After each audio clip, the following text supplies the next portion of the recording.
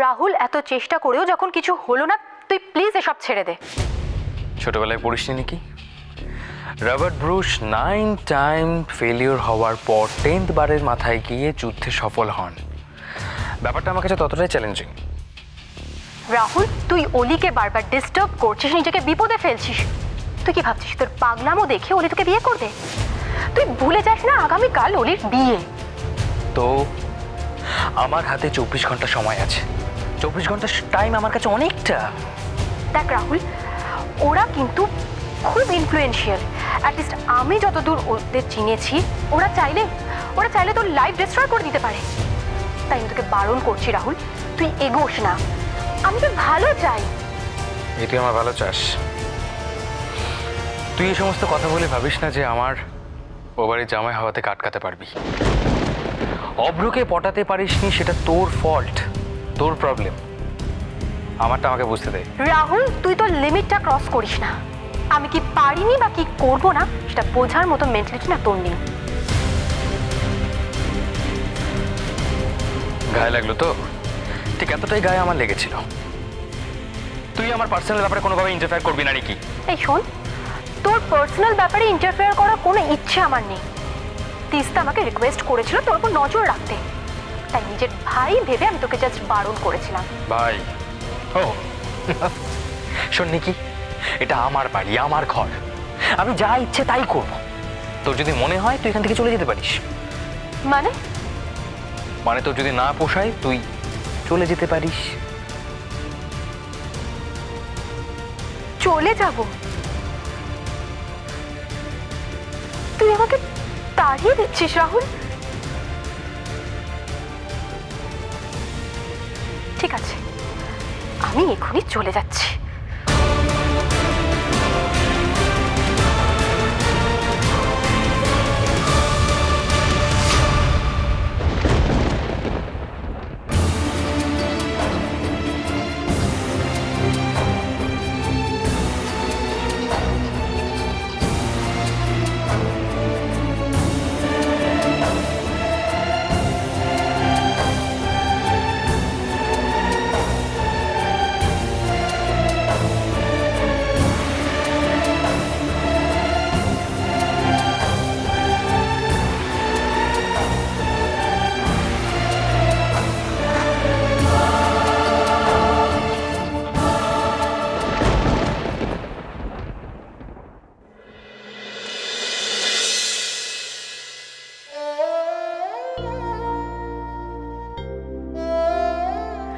সেদিন আমাকে এত করে বোঝালে, আর আজ নিজের চোখে জল।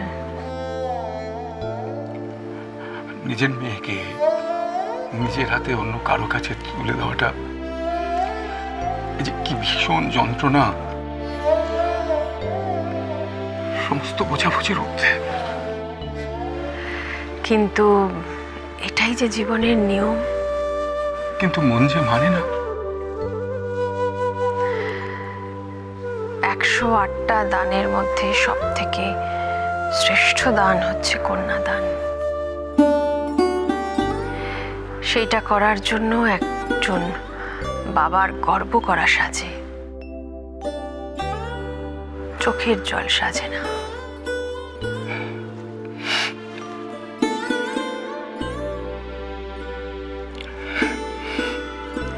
স্বয়ং কর্ণমণি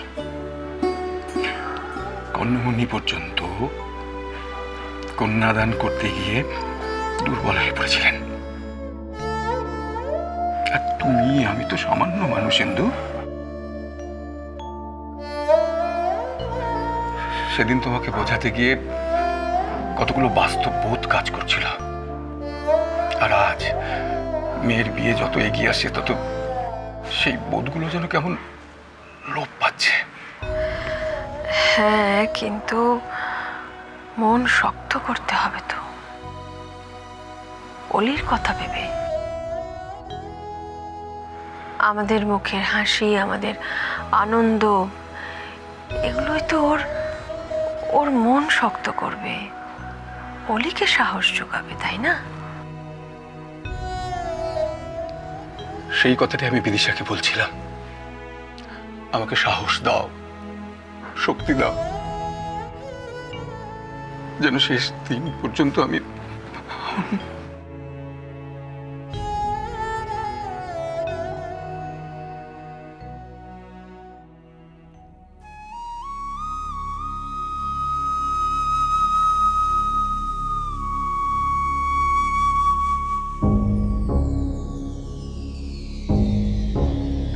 দিদি আমাকে এত বড় একটা দায়িত্ব দিয়ে গেছে, শেষ দিন অবধি সেটা সুষ্ঠুভাবে না করা পর্যন্ত আমার নিজেরও শান্তি নেই। আমি যে তোমার মতন নই ইন্দু। তুমি মুখে যেটা বলো কাজেও সেটাই করো। আর আমাকে দেখো, তোমাকে সেদিন অত করে বোঝালাম, সাহস দিলাম, আর নিজে কেমন অবুঝের মতন। সেদিন যে বললে তোমার আর আমার দুজনের চিন্তা এক, আলাদা নয়, তাহলে বাবা বলি বলি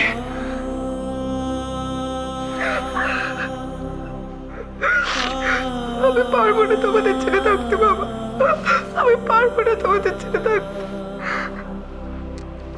আমি ছোট মাকেও বলেছি, তোমাকেও বলছি, তোমাদের থেকে আমি কোনোদিনও কিচ্ছু চাইবো না, শুধু আমাকে তোমাদের কাছে থাকতে দাও প্লিজ, আমাকে পাঠিয়ে দিও না কোথাও। ও বাবা, বাবা তুমি কথা বলছো না কেন? তুমি বলো না, তুমি তুমি পারবে আমাকে ছেড়ে থাকতে, বলো না। পাগল মেয়ে, এমন কথা কেউ বলে নাকি?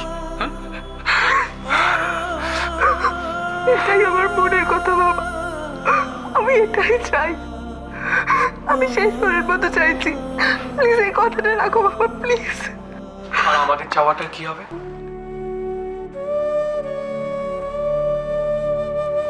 আমরাও যে চাই আমাদের অলি খুব ভালো থাকুক, সবাইকে খুব ভালো রাখুক। দাদা ভাই, দাদা ভাই তুইও। সামনে একটা নতুন জীবন শুরু হচ্ছে, এর আনন্দটাই আলাদা। অলি খুব ভালো থাক, এই প্রত্যেকটা মোমেন্ট এনজয় কর। দাদা ভাই, দাদা ভাই তোদের সবাইকে ছেড়ে আমি কি করে?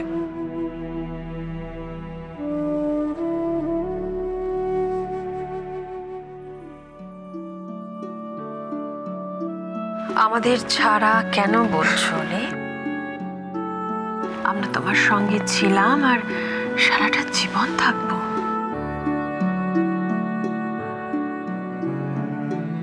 আমার ছোট্ট মেয়েটা দেখতে দেখতে কত বড় হয়ে গেল। তোকে যে এখন অনেক বড় বড় কাজ করতে হবে রে মা, সংসার সামলাতে হবে, একটা পরিবার গড়ে তুলতে হবে।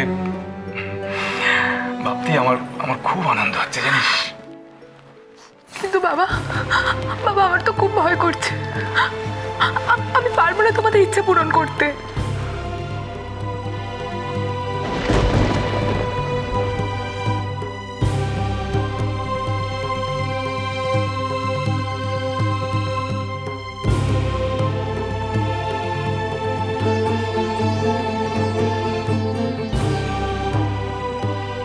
আমি এই বিয়েটা করবো না।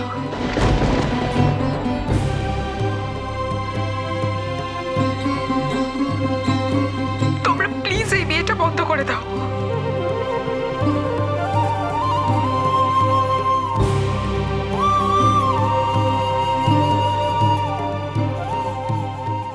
ম্যাডাম, আপনার চিঠি। আমাকে কি চিঠি? ওই যে ছেলেটা দাঁড়িয়ে আছে ও দিল।